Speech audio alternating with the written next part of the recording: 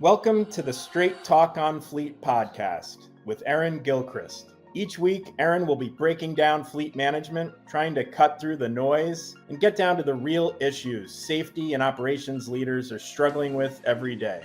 The goal will be to get to the bottom of how leaders can break down these silos of information and accelerate change management, how to use real-time, accurate data to drive massive efficiencies across fleet-focused business processes, and to elevate people's careers with emerging best practices. Now it's time for the Straight Talk on Fleet. It's so amazing that in just a little over 2.5 years, we are recording episode 63. So first off, before we kick anything off, welcome, Phil. Guys, this is Phil. He's joining us today. Thanks for being with us today, Phil. Thanks for having me. Awesome. So on the Straight Talk on Fleet, what we try to do is be that objective and reliable source for the fleet community. We're building this ecosystem where fleet managers can come together, share ideas, learn, help each other, and certainly elevate our careers. So if you don't know me, I'm Erin Gilchrist, and I am VP of Fleet Evangelism at IntelliShift. And that just means I get to do this, right? I'm an evangelist about all things fleet because I'm super passionate about sustainability and safety and efficiency for fleets and safety and operations leaders. So that's what we try to do here, hoping we do that again today. So again, we have Phil Mirisola with us from Coast, and Phil is the Director of Business Development and Strategic Partnerships at Coast. Again, welcome, Phil. Coast is one of IntelliShift's fleet fueling partners, and Coast is helping fleets take back control, which I talk about a lot on this podcast, of their fueling programs with a modern, easy-to-use software, better security, better visibility, and responsiveness here in the US, right? With fair fees and generous rewards for its customers. So today, Phil and I are going to talk about some of the challenges that fleet leaders have and face with fuel programs and with fuel payment solutions. The good news is that there are some great solutions in the marketplace that help eliminate some of these challenges so that people like me and you, fleet and operations leaders, can focus more on our strategic goals and initiatives. And we know, based on the current environment, that there are so many competing initiatives. So before we dig in, Phil, take a minute, tell us about you, how you got into the fleet industry, and what you're doing at Coast. Yeah, thanks for having me, Erin. I've been at Coast for a little over two and a half years at this point, and have been primarily focused on standing up really cool partnerships in the space to get our solution in front of end users and customers who are looking to kind of get better control of their fuel expenses and their expenses more in general. And so we've been at it for about 4 years now.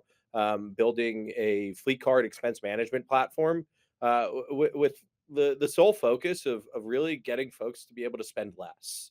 We talk about credit That card helps. programs card solutions all the time, and even on the consumer side, you see it. All of these offers in front of you to get you to swipe your card more and more, right, and put more spending on those credit cards. And so our sole focus as a business is how can we work with fleet businesses and how help them kind of control those costs and expenses in real time. Excellent. All those things sound glorious. As a fleet manager, I know how challenging things are as it relates to, well, all things fleet management, but certainly as it relates to fuel. So, from my perspective, there are so many challenges to overcome just in the areas of fuel management, payment solutions with physical cards, security fraud, all kinds of fun stuff, and just overall day-to-day efficiency for drivers. Because when I think about what drivers do, Phil, it's like we want to make all the fleet stuff really easy so they can focus on that service delivery that we expect them to do. We expect them to be professional drivers, and we expect them to deal with payment solutions and identifying themselves and their vehicle every day and vehicle inspections and all this stuff. So the more simple that we can make all this stuff, the better chance we have at improving compliance. So on that note, let's roll through some of these challenges that fleet managers have with fueling programs. driver compliance is one, right? Ensuring drivers are using the fuel stations or partners you want them to use, following proper procedures. And especially in larger fleets, that can be really challenging. So there's other things like fraud and misuse, right? I know we want to think that none of our drivers are stealing fuel. We know that that can be 2 to 3% on average, and for some fleets, much more. Lack of visibility is a problem. I know when I was running my fleet, it was this idea of where is everyone? What's everyone doing? And wanting to have that real time visibility into transactions, and more so when a driver needs help or when a driver is misusing the card. So there's two scenarios there. We want to know what's going on in real time. The other big challenge that I faced in running a fleet, and a lot of the fleet managers that I talk to are dealing with the same thing, is this idea of integrating their fuel card data with their fleet management software or system. And that can be complex, and it always doesn't always yield a seamless data transfer, for one. And then it doesn't always give the fleet manager the visibility into those improvement opportunities, like when someone's paid too much, or when they've gone to a vendor that a fuel vendor that isn't approved, or when they continuously go to a fuel vendor and they're going inside to pay. Things that we know, Phil, I know you know, are innate um, issues and are indicative of something is going on that shouldn't be. And then, and I think today's world, we're looking at fleets who are transitioning to alternative fuels. And so, how do we accommodate for that as they move toward greener options in their fleet? And I think last but 100% not least is um, managing multiple fuel card vendors, fleet suppliers and relationships, terms and conditions. All those things are cumbersome for fleet managers, and making sure that they're holding all of those suppliers or vendors or partners accountable. But you need data to hold people accountable, right? So, um, big list. And I'm sure that all of you folks listening out there can relate. So, when I think about solutions in the marketplace, there are a world of opportunities, and they open my mind to solve for these challenges. So, um, Phil, I'm excited to talk to you about this. Let's dig in. So, talk about what solutions are out there for fleet managers today. Yeah, it's a pretty interesting space. When you look at fuel cards in general in the broader market, it's super consolidated, right? There's only a handful of providers that you can choose from, and a handful more that have come on the market recently. But if we look, back 20, 30 years, right? If you wanted a fuel card, there were only a few companies out there that provided, this specific payment need for fleet operating businesses. And so, because of that and the lack of options within the market, there was, not really much push for new technologies and new ways to kind of provide these solutions. And so you've got the legacy providers that predominantly offer pins at the pump cards, right? And so for folks that are listening that are managing fleets today, this is probably what they're most accustomed to using and seeing. And that technology has not really evolved again over the last 20 to 30 years. And so, if they started on one of these programs 10 years ago, they're probably, managing the exact same process today that they were Likely. when they chose this provider. Right. And so that's a majority of the market. Right. And what people are pretty accustomed to and aware of. As we've seen some of the card networks start to adopt this form of payments, fleet payments specifically, it's opened up the door for new entrants. I would say in the last 5 to 7 years, and so without kind of boring people into some of the nitty gritty details, Visa and Mastercard have upfitted their networks to do these types of payments, right, and to be able to transact at gas stations with the level of controls and the level of data needed to authorize and administer these types of programs. And so it's allowed new issuers and providers to be able to build on the backs of these open loop networks the same programs that folks are familiar with the incumbents, right? Yeah. Yep. And then, Absolutely.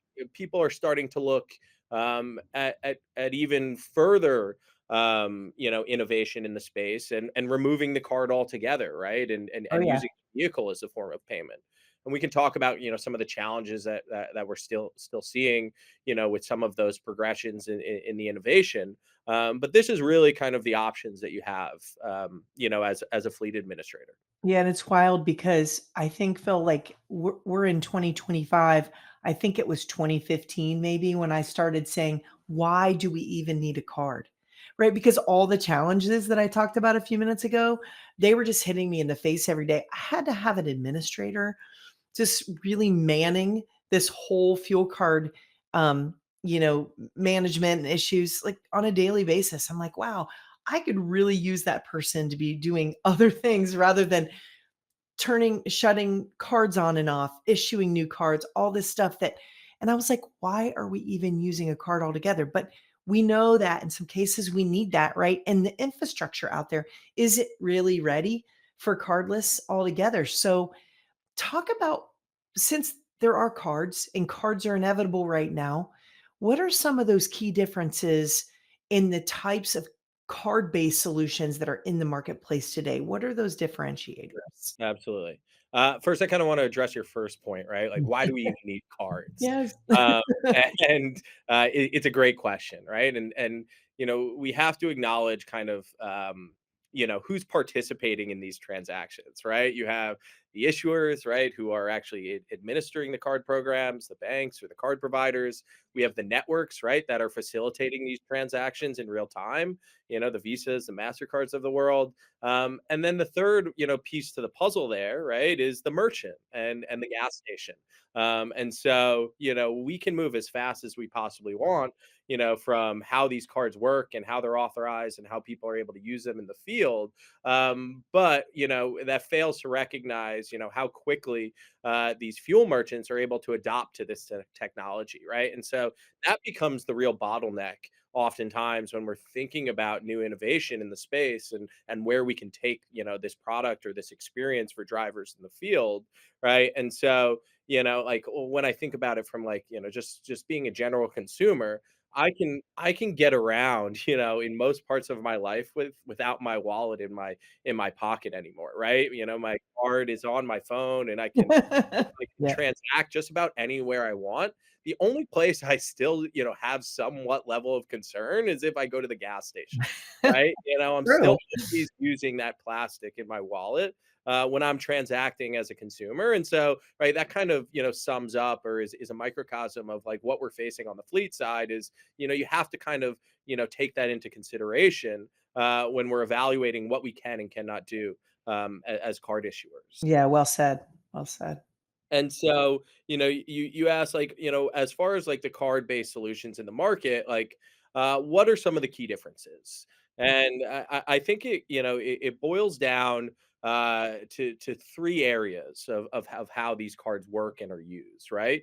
And so the first, you've touched on it a few times, is right. How are these cards managed and used in the field, right? What is the responsibility of the fleet manager, the team, within that business that's administering these cards, replacing cards, dealing with issues at the pump, right? Like, are there better ways to help that person and that team, right? Who feels like, it's a full-time job, right? Just administering this program, right? And so, historically, they haven't had a lot of tooling or support, from the card providers to be able to do that more effectively. And so, the cards are issued to a vehicle, right? And the employee gets a PIN number. And so you're all always constantly, issuing new PIN numbers, right? And then you're, worrying about cards that are lost or stolen, or someone gets into the vehicle in the morning and vehicle four's card is not in there, right? And so, I'm on the phone with the card provider and I'm ordering new cards, right? Or, the driver or the employee gets to the gas station and they swipe the card, and then the fuel dispenser tells them the card's declined, right? And so, what do they do? What options do they have, right? They don't really have much. Um, so they're responsible to either call the number on the back of their card, right, and deal with some, call tree to get in touch with someone to, manage that issue, or, they're calling their manager or their fleet administrator and they're telling them the card's not working. And so, they often have troubleshooting steps. Hey, go to another gas station, or let me, drop everything I'm doing and get into the fuel card account and see if I can figure out, why the decline happened, or, what information I have, at my disposal. Right. And so, again, this back and forth between, the fleet admin and the card company, or the fuel card company, and then the fleet admin and the driver, is like, this constant push and pull that we're seeing, saps up resources immensely. And it's Groundhog Day. You know what I Yeah. mean? Over and over. It's not Over cool. and over, It's over and over. 2025. Right. And so, that, is something that's being kind of iterated on as we speak in real time. And, we're constantly going into this digital age, and everyone's got phones and access to a mobile device. And so, right, how can we use that, to, make that process easier for everyone involved? Right. How can we, take that card that was historically tied to a vehicle, and just have people check into them and let us know what vehicle they're driving? Right. They're already using their cell phone. Why don't they just text us and say, hey, I'm in vehicle 4 today, and this is the card that I'm using, right? ABC 123. Which helps with the whole driver ID piece too, because that's always a challenge for fleets, and people are using key fobs, which is a whole nother podcast. But it's just, again, another inefficient, labor intensive, sort of approach where you like who do I have on the road today? What vehicles are they driving? Making that match so that everything can go well,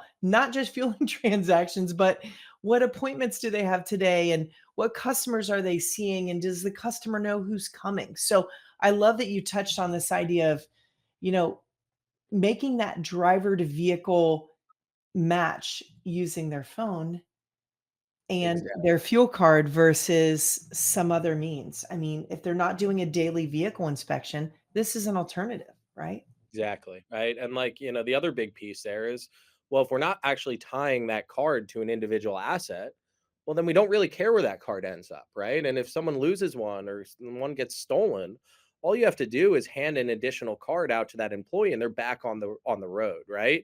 And when you think about data quality and being able to actually optimize for your fleet, and understand kind of fuel costs as it pertains to individual assets, this is a game changer for a lot of folks. Right. You can now understand every single fuel purchase as it associates with the specific vehicle. Right. Because you're not filling up vehicle 4 with vehicle 5's card while you wait for the one to come through the mail, to replace that, that card that's missing or stolen. And Yeah, so, that's you know huge.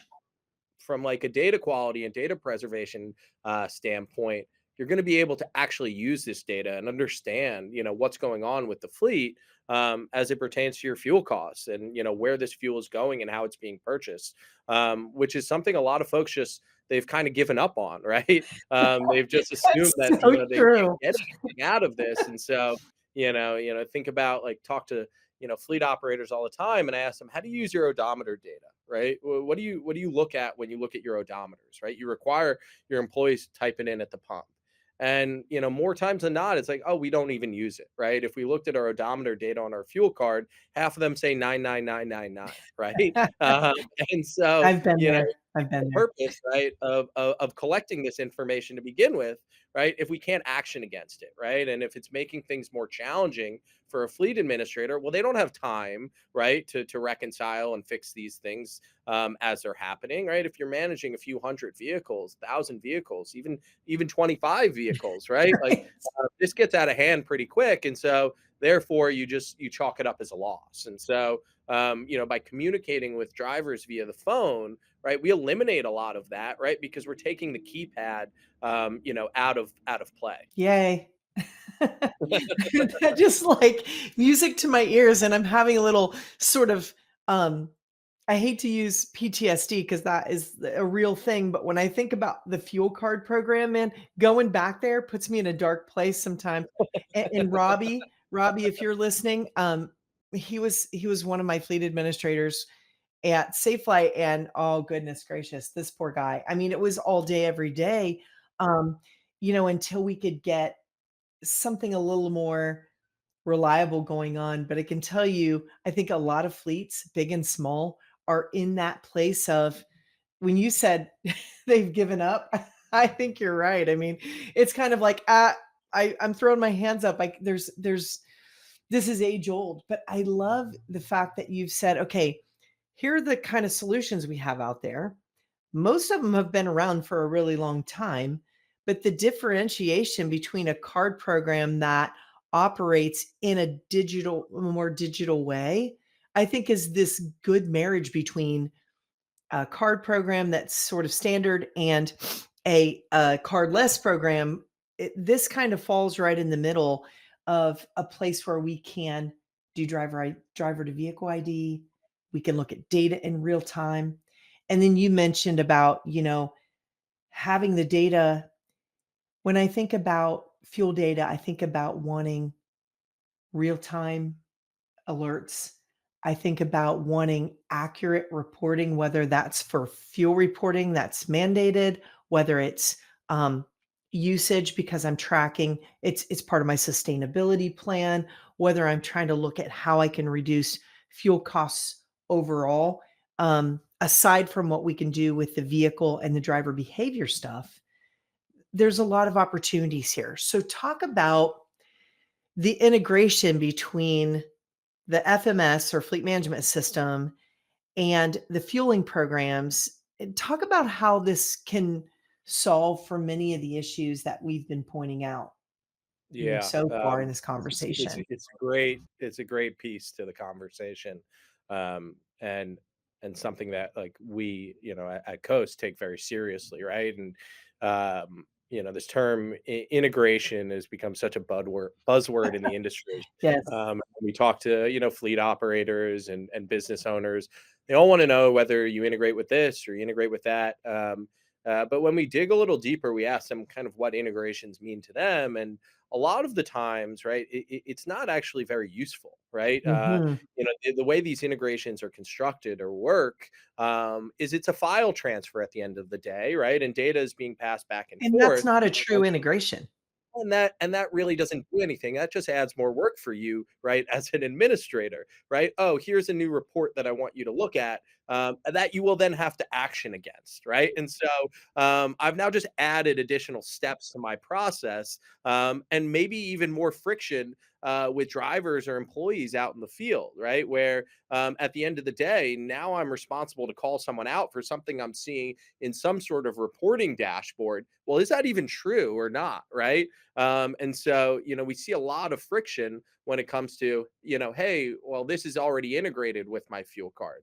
And when we dig a little deeper, all it is telling them that, hey, at the end of the day, we took a look yesterday and your vehicle was here and the card was swiped over here, right? And so now Super your reactive. Yeah. responsibility is to now go confront that employee and try and prove to them why you have information that states that they were using the fuel card inappropriately, or against policy, right? And it just becomes a he said she said game, right? As to, well, actually, was there, right? Was the data correct, right? Is this reporting accurately? And so it's challenging to manage, and when we think of integrations and what that means to us, it's more about how we can automate some of the sort of fraud prevention or theft or security, that you're currently doing as an individual, trying to manage the fleet. And so taking real time data from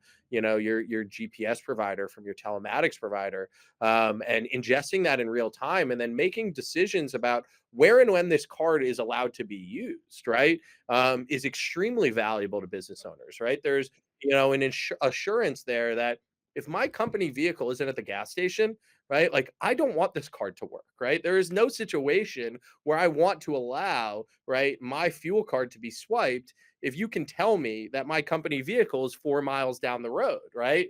And so taking that off of the fleet admin, the business owner, as a responsibility to police this is extremely powerful, and a super effective way to curb abuse and theft at the end of the day. And so When we think of integrations, it's API based, it's real time, right? And it's using data from a third party to inform our decision making about when these cards should work. The word that comes to mind is proactive, right? I mean, we've never been in a position to be that proactive because, again, like you mentioned, it's always talking about events that already happened with operations managers who are busy and wearing 10 hats, with drivers who are on to the next thing.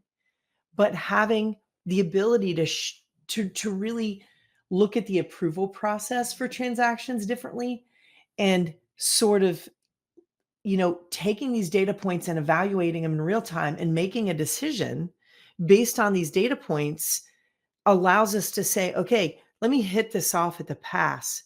And then I don't have to deal with it tomorrow in a reactive report that I got a day later. Then I have to evaluate and call someone and yada, yada. So a combination of like this idea of not having to order new cards and have them mailed and waiting on, all the things that we've talked about, this fleet administrator role in a scenario like this, it changes, and it changes in such a positive way where they can focus on things like, hey, let me look into data.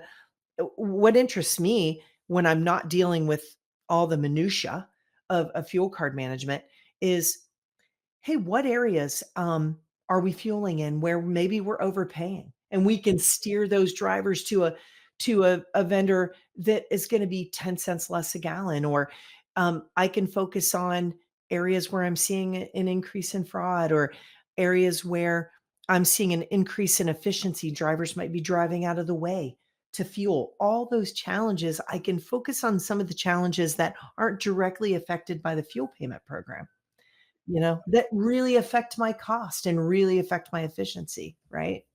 I think it's such a great point, Aaron. And like, when businesses are evaluating fleet payments and fuel cards as they're growing and starting to look at this as a category, they're diving into this for one reason, right? It's, I'm trying to like prevent fraud and misuse of credit card programs because we as fleet operators, have a very unique position in society where our businesses we have are required to hand out company credit cards to any employee, right? Whether we run a seasonal business and we're hiring someone tomorrow that is coming on and maybe gone in 3 months, right? Or we've got all of these folks that are switching vehicles and stuff, and so you're looking at this category for a specific reason. And what you're finding when you use some of these, legacy providers is that these cards actually aren't working for you, right? There's ways to game the system. There's ways to kind of, do things that, people won't be able to catch. And so, what's going on in the industry, right? And kind of the evolution of these card payment solutions is that, getting them to actually work for you, right? And be that first line of defense, where that's what you were sold or were looking for to begin with. You're finding that that wasn't the case. And so, with these integrations, right, you're able to like, really make sure that if these cards are swiped, right, I can without a doubt know that it was used for my company vehicle. Absolutely. And I think that's a segue into this last topic, which is a tough one.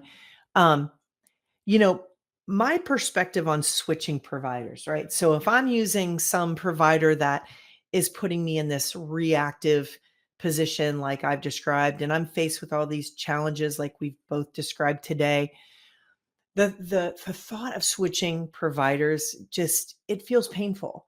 In my opinion, the real pain is staying with somebody who's subpar, right? I have a whole podcast that talks about switching tools and technology in fleet, and in that episode, I think I start out with by saying that the real pain is in staying with, the status quo. I mean, who wants to be average? Who wants to be status quo? So, you want to elevate your career in fleet, make changes, right? So switching fuel providers or card providers, payment solutions is a tough task. So walk us through this from your perspective. I have plenty to say as a fleet manager, but want to hear what you think about. How do we do this? First, I will sympathize with you and with Yeah. any of the folks listening. Like this is hard, right? Like I'm not going to sit here as a card provider and tell you that like, oh, this is the easiest part, right? Because I understand where folks are coming from, right? There are like real key reasons why this is challenging historically and with other solutions, right? First, it's like administrative headaches, right? Like updating payment methods, right? Dealing with approvals and paperwork to get these things set up and making sure that your boss's boss signs off on this, and like having this like all like in a place where everyone's giving a thumbs up is that takes a lot of resources to get everyone on the same page to begin with, right? The next is like probably like data migration issues, right? Like losing transaction histories, right? Or reconfiguring all of your reporting, right? Some of this stuff might have been in place for years, right? And so, having that in place with your new provider, right? That could take some time, and there's concern that like, is that going to look apples to apples? I've like worked within this specific report for quite some time, and like, is this new system going to behave or look similar to what I'm familiar with, right? And so there's certainly concerns there. The biggest piece I think is like employee resistance, right? And getting drivers and other administrators of the program on board with this change, right? Do they feel like they're being reprimanded or disciplined, and that's why you're switching, right? Or is this more friction to their normal process? Needing new logins, right? Retraining folks. These are real tasks that go on, when you decide to make one of these changes. Um, and I think the other piece is like lack of support, right? Is it like, is this a black box? Am I going to be responsible to do all of this on my own? Right. And that do I have time to do that? Right? Am I capable? Do I have the bandwidth? And so these are all legitimate concerns that folks have, and something we encounter all the time. And so, like, we are super focused on like, how do you alleviate some of those issues, right? And how do you help people through these processes to make this successful? Because you're right, like staying with a provider where you're susceptible to loss, or you're incurring hours and hours every single month managing these programs where you could be repositioning those resources to things that actually help you grow and expand your business. Well, right, these are actually like silent killers, right? And so what are we doing to like make that transition more seamless, right? First, it's like, hey, like these integrations like are very easy to set up and ingest. And so like without shamelessly plugging in IntelliShift, right? Like if you were an IntelliShift user and you wanted to use our product, it's 2 clicks of a button, and all of a sudden all of your vehicles are now in the system, right? There's no managing these vehicles in disjointed processes. So these integrations are extremely valuable, right? It's plugging in with your ERP or your accounting software in real time. So now as soon as this goes live, every single one of these transactions is flowing back into your bookkeeping so that you can close your books, and you're not, opening up a credit card and you don't have visibility from an accounting or controller standpoint of where these transactions are taking place. Absolutely. And you mentioned, this idea of um, reporting being consistent, right? Level 3 data is level 3 data, right? So it's going to flow, with whatever card you use, you're going to get that data. I think one thing that fleet managers who are listening should consider is pick your partners wisely, right? Really get that buy-in with your operations team, you know, building that ROI model. I have a whole podcast, I think it's episode maybe 5 on change management, where I talk about when you're thinking about something new and it makes sense for your organization, it's your job to sell it. And I go through all the right steps to take and who to get involved. And what you described is that pre-work to make sure that everybody's on board, so that when you go to reissue cards and get things up and running, that people are excited about it. So that communication and pre-work. So drivers and operations managers specifically are like, they know what's in it for them, right? They immediately know what's in it for them. 100%, right? And so, like, what considerations or what sticking points to those people care about, right? From a controller to a CFO. Hey, this is going to save us money. Boom, there's the thumbs up, right? From a fleet admin team, hey, this is going to eliminate our, need to reorder cards or reissue pins every single week. Thumbs up. Hey, to the driver, hey, when you're stuck at the pump, well, they're actually now communicating with you via text message. You'll get a notification as soon as that decline happens. You'll know exactly what's going on, right? You won't have to call me every single time. And so now we have just kind of assembled really good use cases for everyone that's going to be impacted by this change as to how this is going to make their lives easier, how this is going to save our business money, right? And that's really what people care about at the end of the day. They do. And it's not the most sexy thing, but like customer support and like concierge service as you're switching is invaluable, right? At the end of the day. And being able to have multiple points of contact that know your business, know your setup, know your use cases, right? And can make sure they can configure this program exactly as you need. And have these cards in your folks' hands as quickly as possible. That's the huge piece here, right? And Absolutely. again, we see with a lot of our, incumbents in the space, these are large, multinational corporations. Getting someone to know you by name is nearly impossible. And so, when you're administering these programs, you're on your own, so to speak. And so, that's a piece that fleet managers should recognize. Having the support needed to set this up correctly the first time is extremely important. And so I think that's something as you're like evaluating these options and you're looking to change, what is the level of communication I've been receiving through this process? Is it taking me, 2 emails to get in touch with someone? Can I pick up the phone and reach out to someone and they know who's calling, Imagine right? that, right? Making a phone Um, call and you get someone on the other line who picks up and is like, "Hello, how can I help you?" yeah, I mean, exactly. imagine that, right? That's so critical, and I think people have just been conditioned, and you mentioned this earlier when you said, "I think they've just given up." I think that's true, and I think they've been conditioned to accept customer service that is not a real experience, that is a what we've come to expect, what we've come to know, and that's mediocre. And again, who wants to be mediocre? No one.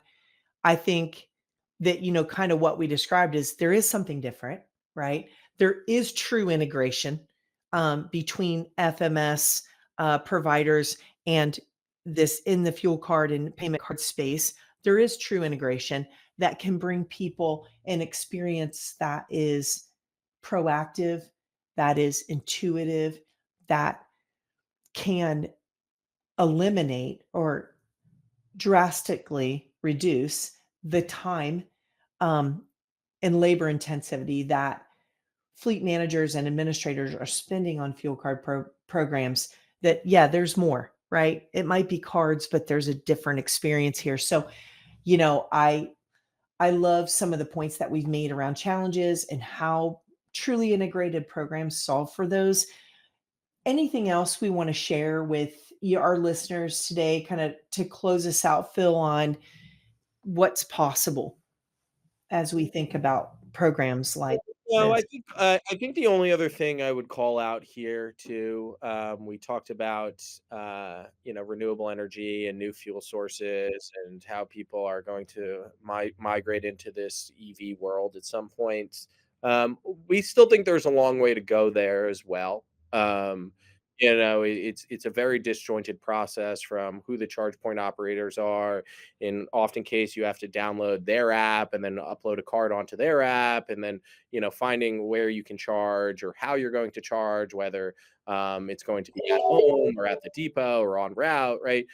There's a lot of question marks that we're evaluating, every single day, and I think it's going to take some time, right? Is I what we're would seeing, agree. right? Yeah. ICE vehicles are still ruling the road. Most of these businesses are still predominantly buying ICE vehicles. And so we're going to accommodate, today, while still keeping our ear very close on what tomorrow looks like. And so I would say for folks that are evaluating these options, from like a payment solution standpoint, the market is going to evolve pretty drastically, same way that, the electrical vehicle market has evolved over the last 5 years, right? And the step change growth in the battery and how these vehicles perform, right? The way we kind of facilitate energy consumption with these vehicles, it's we're a few years away, I think, from it really becoming level set into how this works, right, and being in parity with how we fuel up gas and diesel. So I Agreed. would just say one other thing for your listeners is, like, don't feel like you're behind the eight ball. Um, Us as payment providers Right. are still kind of waiting in the wings and trying to figure this out ourselves. And so it'll become clear over time. It'll become easier to understand. And so, when you're ready to kind of make that jump, just make sure that the systems that you're surrounding yourself with are capable of providing you the same experience that you're getting today with your traditional ICE vehicles. Well said. And I think that that's a great way to kind of close today, that, an integrated experience is possible. And I love how you said, surrounding yourself, really finding those partnerships. I hate to say the word vendor or supplier, but those trusted partnerships that really feel like an extension of you and your business, that feel customized. But Phil, thank you so much for sharing your knowledge and expertise in this payment space, among other things. It's been so great to have you with us today. Really appreciate it. Yeah, yeah. Thanks for having me on, Erin, and always interested in talking with folks in the space about this. And yeah, I'm sure you guys will see us around at conferences and industry shows. So yeah, feel free to stop by and say hello. We're eager to talk about this stuff all day long.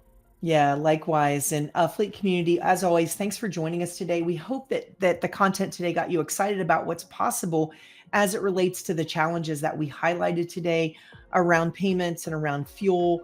Obviously, don't hesitate to reach out to myself or Phil. You can find both of us on LinkedIn, among other places, if you want to learn more about that fully integrated experience that we talked about today in our podcast. And if you've enjoyed today's content, as I always say, hey, like, comment, subscribe to the Straight Talk on Fleet, or wherever you find your favorite content. But as we like to say on Straight Talk on Fleet, until next time, keep it real, keep it safe for fleet's sake, and thanks for joining us.